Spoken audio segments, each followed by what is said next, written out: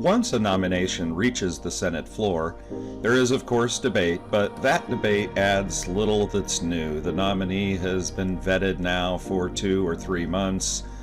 Ads have been run, speeches have been made. There's nothing new that's likely to be said at this point. And the final vote is rarely in doubt. The final vote tends to be fairly parallel to the vote that was on the Judiciary Committee. For example, we mentioned that Clarence Thomas had a tie 8-8 vote in the Judiciary Committee, and that presaged his very close confirmation vote at 52-48. So if the vote in the Judiciary Committee was lopsided, the final vote tends to be lopsided. If the vote in the Judiciary Committee was close, then the final vote also tends to be close. Now, the most notable thing to discuss regarding judicial nominations in the Senate as a whole is, of course, the rise in partisanship, which has affected Washington generally, but has also, of course, affected judicial nominations specifically. And you can kind of see this in the historical pattern of confirmation votes. For example, back in 1986, when Antonin Scalia was confirmed, Scalia, of course, one of the most conservative members of the court at the time, and yet he was confirmed on a vote of 98-0. Now, there are some unique reasons why it might have been that way, but that's pretty amazing to think that Scalia was confirmed by a unanimous vote to the United States Senate.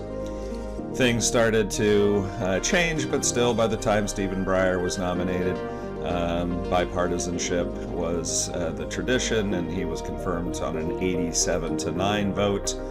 Roberts was, by today's standards, confirmed by a relatively bipartisan vote of 78-22, but after Roberts, things really start to break down. Kagan, 63-37, and even more so with President Trump's nominations, 54-45 for Neil Gorsuch, and then Brett Kavanaugh, one of the closest, in fact, the closest vote in Supreme Court history for a successful confirmation at 50-48. So as you can tell, these nominations have been less and less bipartisan and more partisan, as, again, everything in Washington seems to be these days. This partisanship has led to the biggest development over the last 10 years in judicial confirmations, and that has to do with the reform and the end of the judicial filibuster. And so this is a story I want to spend a few minutes talking about because it's very significant.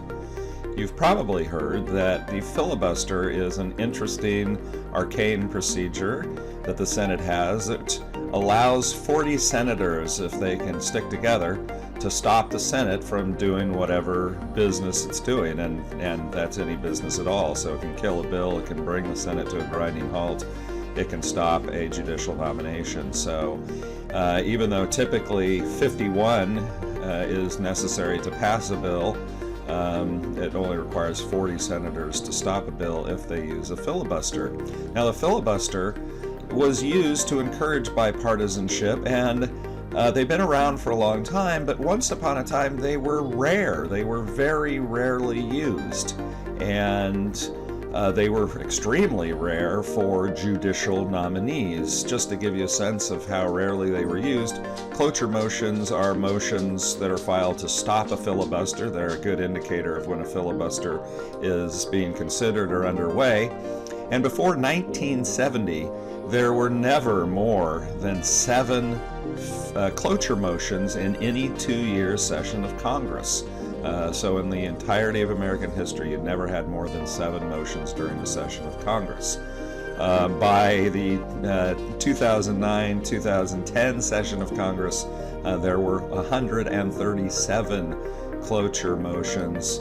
And in the most recent Congress, which is still ongoing, there have been 232 cloture motions so far. So you can tell that this has certainly gone off the charts. And what this has meant is that the minority party has used the filibuster more and more and more and more to try to block both regular legislation and judicial nominations.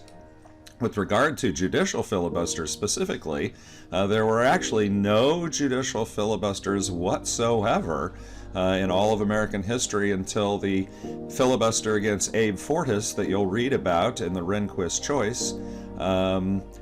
That was conducted in the late 1960s. So the very first one wasn't until the late 1960s, but they have also been increasing over time.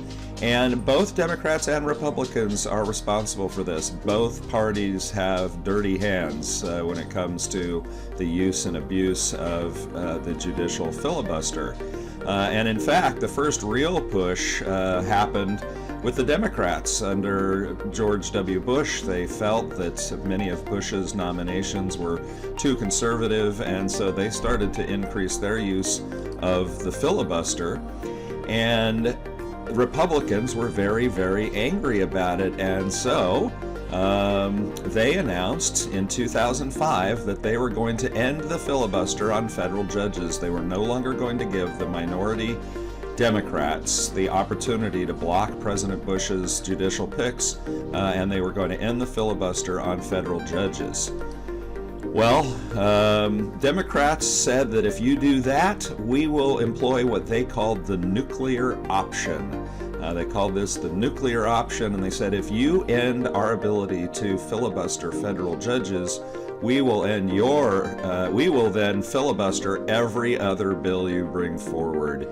We will, they said, basically burn the Senate to the ground, metaphorically that is, but we will block every piece of legislation, and the Senate will not be able to get any work done at all if you end the filibuster on federal judges. And again, called the nuclear option because they were going to be blowing everything up.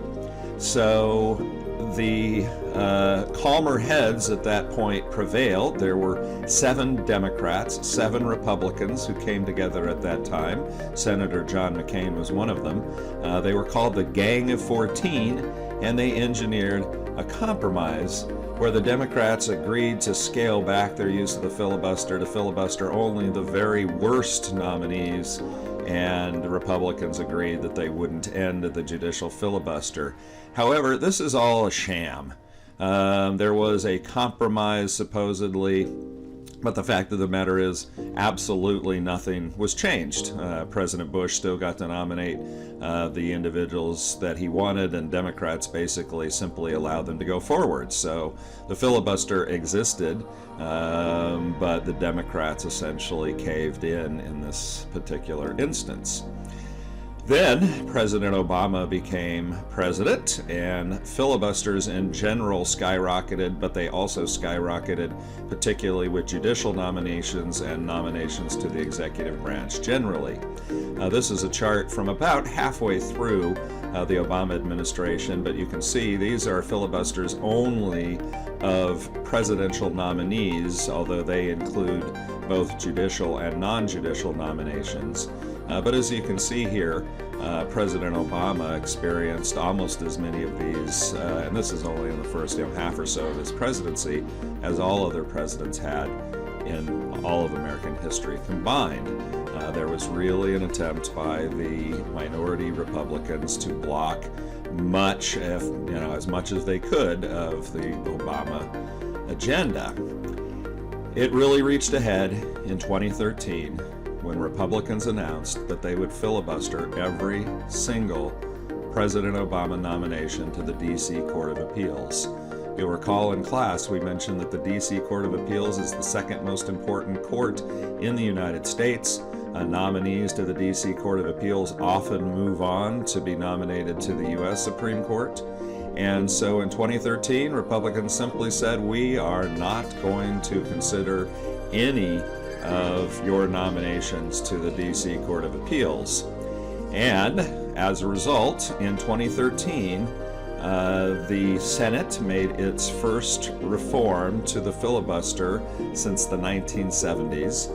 They changed the rules, and they said that filibusters would no longer be allowed on judges except for the Supreme Court. So they exempted the Supreme Court, but U.S. District Court and U.S. Court of Appeals judges would no longer be permitted to be filibustered, and this allowed the Democrats to rob the minority Republicans of the ability to block these Obama appointees. And it had an immediate effect. So many of the appointments that they had blocked were then confirmed, and many Democratic leaning judges took the court. Now, Republicans were very, very angry about this, of course. They said, well, that was terrible. You never should have ended the filibuster. But of course, in 2017, Republicans took control of the Senate. And your views on the filibuster vary depending on whether you're in the majority or the minority. If you're in the majority, you hate it. If you're in the minority, you love it. So all of a sudden in 2017, the roles were reversed. Republicans take control. And of course, Donald Trump then nominated Neil Gorsuch to the Supreme Court. Neil Gorsuch, of course, was nominated after the Senate had blocked Garrick Marlin for almost a full year, and the Republicans supported Gorsuch, of course, but Democrats thought he was far too conservative, and they filibustered him. And the question was, would the Republicans take the next logical step and end the filibuster for all judicial appointments, including the United States Supreme Court? Let's take a look at Lindsey Graham discussing this issue. Top Democrat in the Senate now, Chuck Schumer, he says that he's going to filibuster, Democrats are, Neil Gorsuch. You said today that you'd do whatever it takes to get him on the court. Does that include the nuclear option? The Washington speak senator for changing the rules to make it easier to force through a nominee. So here's what I believe. If you filibuster Judge Gorsuch, you're telling President Trump and every other Republican, we don't care that you won. He's the most qualified person President Trump could have chosen, beyond reproach in terms of the qualifications. It would be basically setting aside the election and denying President Trump his ability to appoint a Supreme Court justice, and I will not let that happen. But answer me this. Will you sign on to the nuclear option for Supreme Court nominees? I'm telling my Democratic colleagues, if you do not allow up or down vote on this guy, after what I've done in the past, then you don't care about the traditions of the Senate. You don't care about President Trump being treated fairly. I didn't vote for him. I didn't vote for Obama. I hadn't voted for a president who won in 12 years. But the one thing I will not do is allow President Trump to be denied what every other president's had the ability to do, is nominate qualified people. So yes, I'm not going to play the game two different ways. I hope I never have to get there, but I want you to know that I am not going to play the game where they get everything they want and we never get anything. That's not going to happen. I'll take that as a yes. It is ironic, of course, that Graham talks about the importance of allowing the president to nominate a qualified nominee of his choosing, when the only reason there was a vacancy for Neil Gorsuch was the fact that the Republicans had denied President Obama the ability to nominate his own qualified nominee in Merrick Garland by denying him a hearing for more than a year. But nevertheless, Graham threatened to impose an end to the filibuster, and indeed that is exactly what happened. In 2017, Republicans ended the filibuster for all judicial nominees, including nominees for the Supreme Court. And what this means, of course, is that over time we're going to see, of course, more and more partisan justices. We've already seen that trend, but we're going to see that accelerate. The purpose for the filibuster was to try to ensure perhaps more moderate nominees that could draw the support of members of the other political party. There's no need for that now, and as a result, the divisions on the Supreme Court will almost certainly sharpen. So that's it for judicial selection at the federal level. Our next set of lectures will concern Supreme Court agenda setting. And with regard to Supreme Court agenda setting, what we mean there is the Supreme Court. We're going to discuss how they decide what to decide. There are thousands and thousands of cases that come to the court each year. They decide fewer than 100. So how do they pick the small number of cases that they will hear? That's next up.